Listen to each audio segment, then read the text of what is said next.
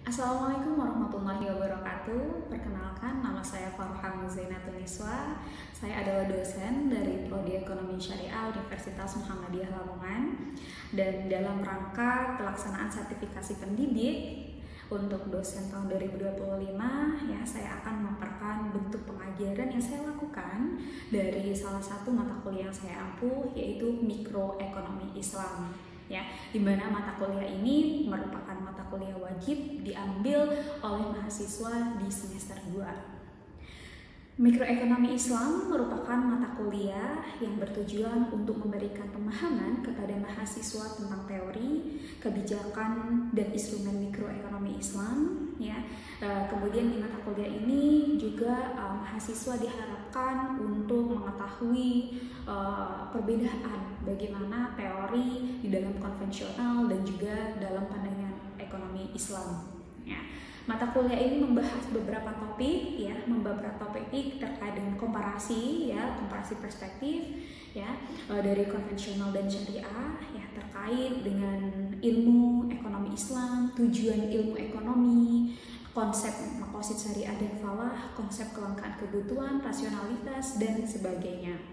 Mata kuliah ini berbobot 3 SKS, ya, dengan metode pembelajaran yang dilakukan melalui penyampaian langsung atau tatap muka dengan mahasiswa dengan metode ceramah, ya, dan kemudian diselingi dengan tanya jawab dan juga diskusi untuk membangun interaksi dan juga menggali pemahaman mahasiswa dalam mendapatkan materi perkuliahan. Kemudian pelimpahan tugas juga dilakukan, ya, untuk mendorong mahasiswa untuk lebih memahami secara detail terkait dengan materi yang diajarkan. Terdapat total 13, ya, CPMK, ya, atau capaian pembelajaran mata kuliah yang diharapkan dari mata kuliah ini, yaitu diantaranya adalah mahasiswa mampu memahami rancang bangun mikroekonomi Islam dan perbedaan ekonomi mikro Islam dan konvensional. Yang kedua, mahasiswa memahami masalah dasar dan tujuan dari ekonomi dan pandangan dari perspektif Islam. Yang ketiga, mahasiswa memahami konsep rasional pada perilaku manusia, ya, konsep optimalisasi, kemudian teori perilaku konsumen dan sebagainya.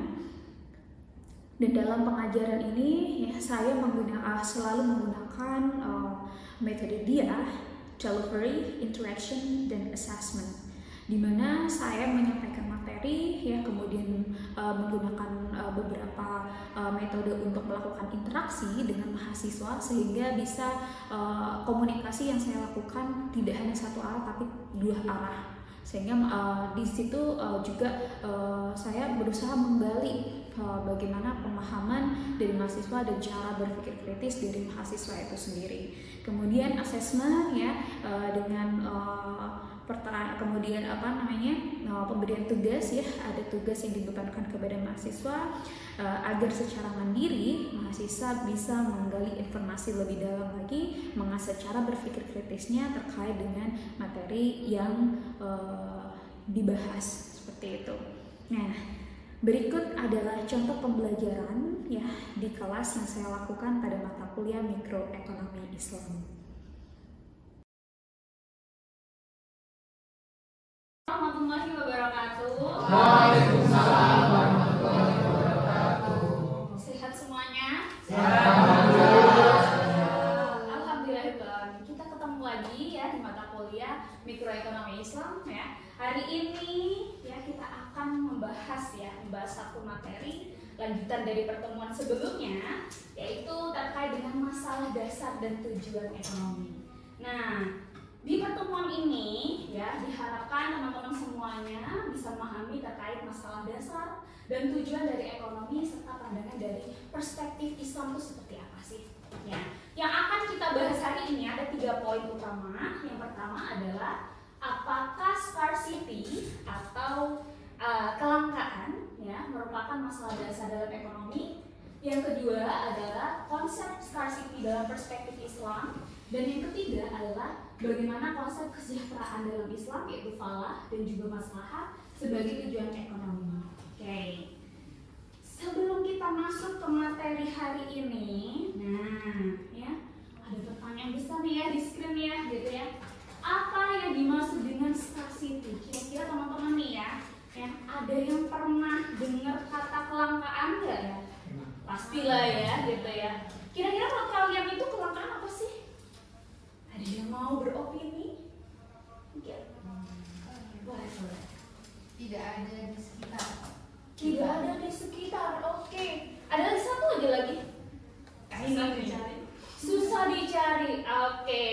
Saya rasa ini sudah mulai mengarah ya, gitu ya, sudah mulai ada clue terkait dengan kelangkaan. Nah, itu harus aja nih.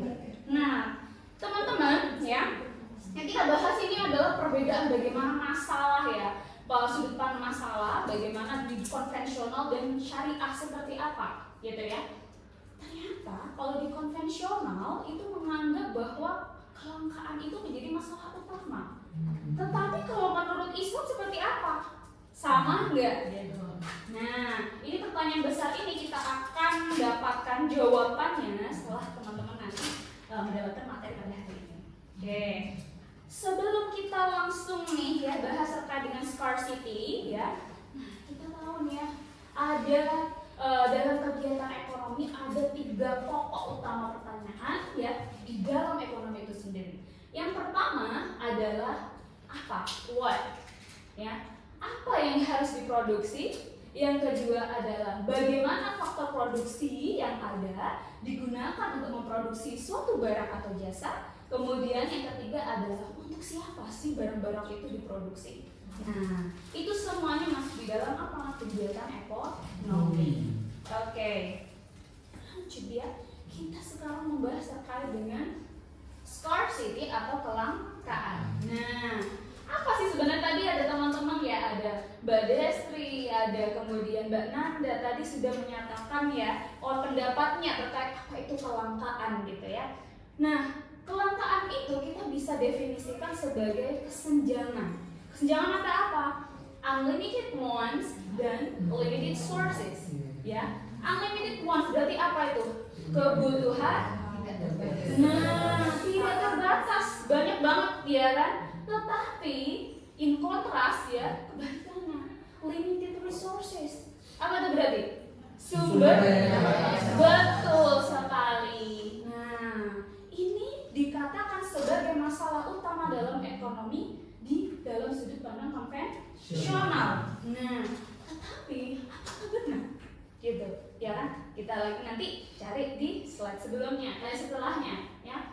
Nah, dari masalah ini kan dianggap sebagai masalah utama. Solusinya apa nih ya? Solusinya adalah yang ditawarkan adalah dilakukanlah efisiensi, betul. Nah, di mana efisiensi itu memanfaatkan sumber daya yang ada agar maksimum, gitu ya. Maksimalnya dengan apa nih?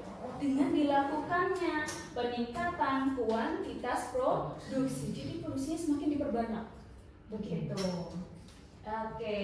Nah, tetapi ternyata peningkatan produksi ini ya, ini sepertinya tidak bisa menjawab dari masalah yang ada nih, ya, bukan best solution nih, ya. Karena dari peningkatan kualitas dan jumlah produksi itu akan mengakibatkan apa nih? Peningkatan produksi secara besar-besaran ya dalam suatu negara dari kacamata makro ya, sehingga apa nih? Ada apa nih? Kurangnya konsentrasi pada distribusi dari hasil produksi itu sendiri. Akhirnya terjadi apa tuh? Nah, monopoli kepemilikan. Akhirnya ini yang sering ya kita dengar ya, yang kaya makin kaya, yang miskin makin miskin. Nah, itu. Jadi apa dari situ? Muncul apa tuh? Kesenjangan ya kan, gitu ya. Ada banyak pelanggaran-pelanggaran ya yang dilakukan oleh masyarakat tuh. Jadi ini adalah bukan masalah utama karena bisa menimbulkan masalah yang baru. Bisa dipahami sampai sini? Bisa. Oke. Nah, sekarang dalam pandangan Islam seperti apa? Gitu ya. Kita akan quote di slide sebelumnya. Nah, ada salah satu tokoh ekonomi syariah yang sangat terkenal ya, mungkin di mata kuliah lain kalian sudah mendapatkan ya, pernah dengar ya gitu ya, nama Bagir Al-Sadr gitu ya kan. Nah gitu ya, ini menyatakan bahwa pendapatnya bahwa tidak membenarkan ya pendapat dari kapitalisme itu terkait dengan apa? Bahwa sumber daya itu terbatas gitu. Nah, kenapa nih? Di dalam Islam sudah jelas ya disebutkan ya di salah satu dalil di dalam Al-Quran bahwa apa?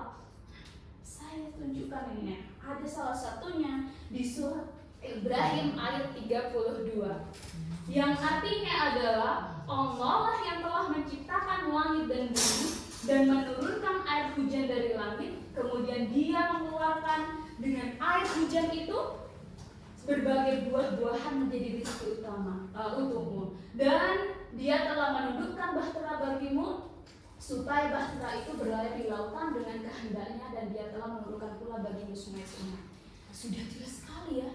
Bayangkan apa yang ada di bumi ini semuanya, isi semuanya bisa kita manfaatkan. Kita nggak perlu di-charge, disuruh bayar gitu ya kan? Sama Allah dikasih semuanya untuk kita.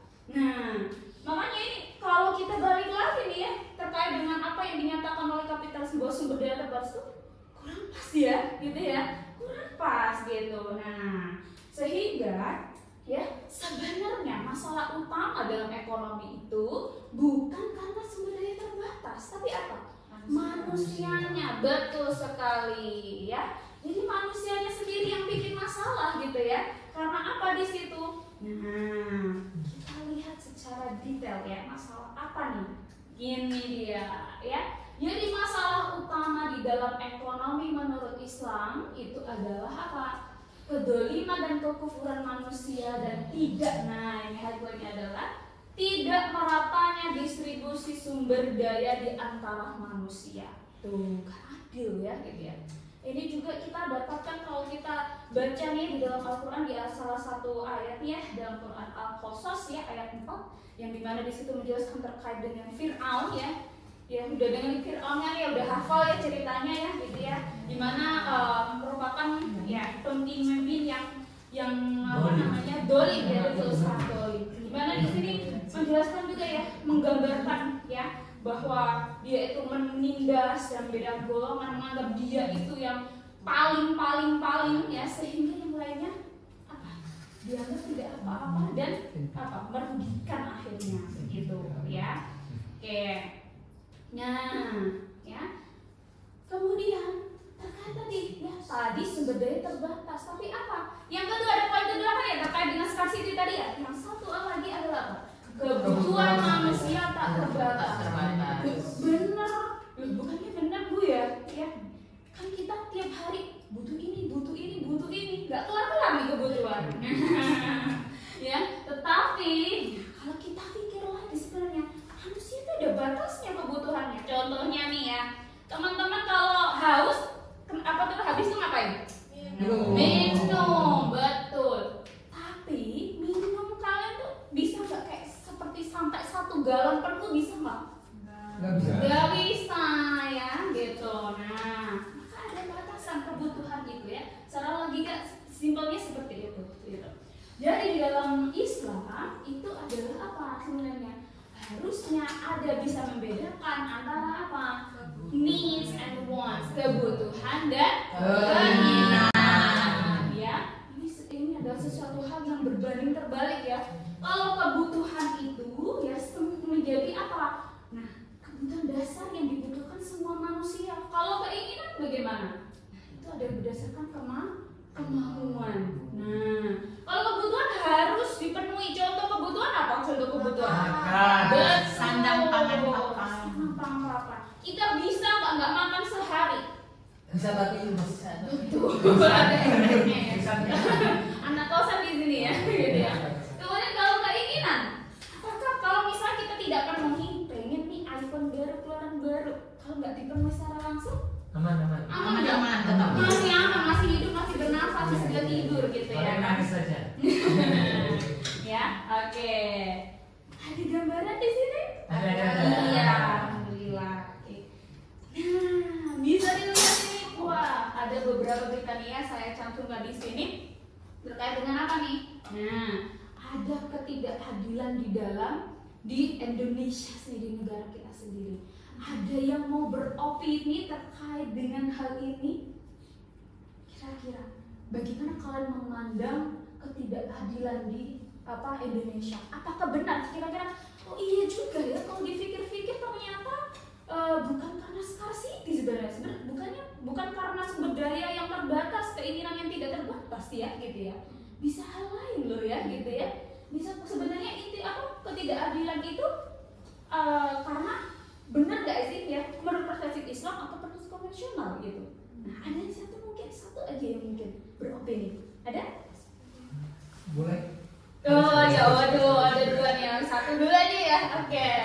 Ya. Baik Bu, terima kasih atas kesempatannya. Jadi saya tuh melihatnya bahwa gimana ya, ekonomi di dunia sekarang, terkhusus di Indonesia, karena kan case-nya di Indonesia ini kan dijalankan dengan sistem yang neoliberalis, dimana ya yang namanya ekonomi itu semakin kesini harus semakin tinggi keuntungannya, dan itu salah satu konsep yang menurut saya itu membuat yang namanya desain itu tak terbatas. Jadi ketika konsep seperti itu dibenarkan dan dijustifikasi secara kolektif, maka hal seperti ini akan lumrah terjadi, karena ketika orang itu sudah tidak bisa yang namanya mengeksploitasi sumber daya, dia makin-makin akan mengeksploitasi yang namanya kebutuhan orang, Bu. Nah, jadi menurut saya seperti itu yang terjadi sekarang. Terima kasih. Berarti semakin nggak adil lagi ya, semakin serakah lagi ya orang-orangnya. Berarti poinnya apa di situ? Yang salah yang siapa nih berarti? Manusia. Yang nggak bisa kontrol apa tadi? Desire ya, keinginannya, benar. Tidak mengedepankan kebutuhan ya, maksimalisasi kebutuhan, tapi keinginan. Nah, itu berlawan sekali dengan Islam. Oke. Nah, terakhir nih ya. Nah, ini kita bahas nih kalau tadi ya. Kalau kita bicara terkait dengan ekonomi, pasti tujuannya adalah untuk apa? Mendapatkan kesejahteraan, kebahagiaan. Nah, tetapi di dalam konsep Islam, bahagianya itu berbeda. Kalau kita lihat di konvensional apa? Bahagianya? Yang tadi betul, cuan gitu ya kan, profit aja gitu ya kan, nggak ngefek itu, nggak usah dipikir itu caranya bener apa enggak, mendolimi orang apa enggak kan, yang penting betul. Nah, kayak kita bahas sekarang. Nah, ada salah satu tokoh juga nih, nah familiar sekali ya, ada nama Ghazali nih di sini ya. Ya, ada namanya Imam Al-Ghazali ya, yang menjelaskan terkait dengan maslahat ya, konsep maslahat. Maslahat itu sebenarnya intinya apa sih? Maslahat itu adalah manfaat plus berkah. Betul.